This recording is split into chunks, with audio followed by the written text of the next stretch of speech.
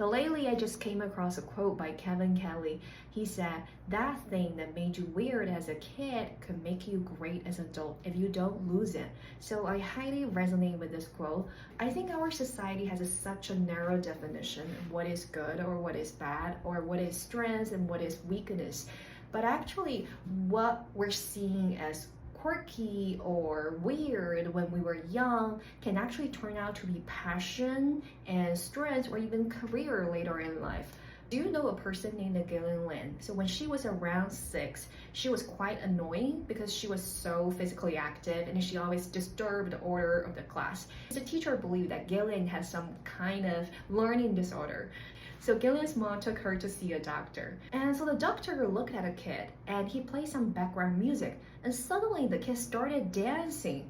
And the doctor told the mom, "Your child has no learning disorder. She is truly a dancer." So the mom sent the kid to a dancing school and she was really happy there.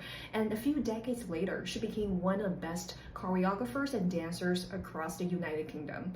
She even went on to become the choreographer for the musicals like Cats and The Phantom of Opera.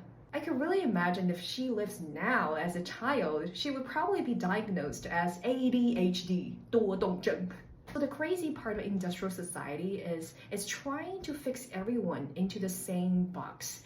So ADHD is not a disease. Sometimes it's actually a form of intelligence or maybe a kind of physical talent. And I also remember when I was in high school, a boy always looked at my shoes whenever someone walked in front of him, and he would say, "Wow, your shoes are really ugly." I was like, "Wow, why are you looking at my shoes?" A few years later, he became a fashion designer. So what made you weird when you were young are actually great potential for you to become who you are.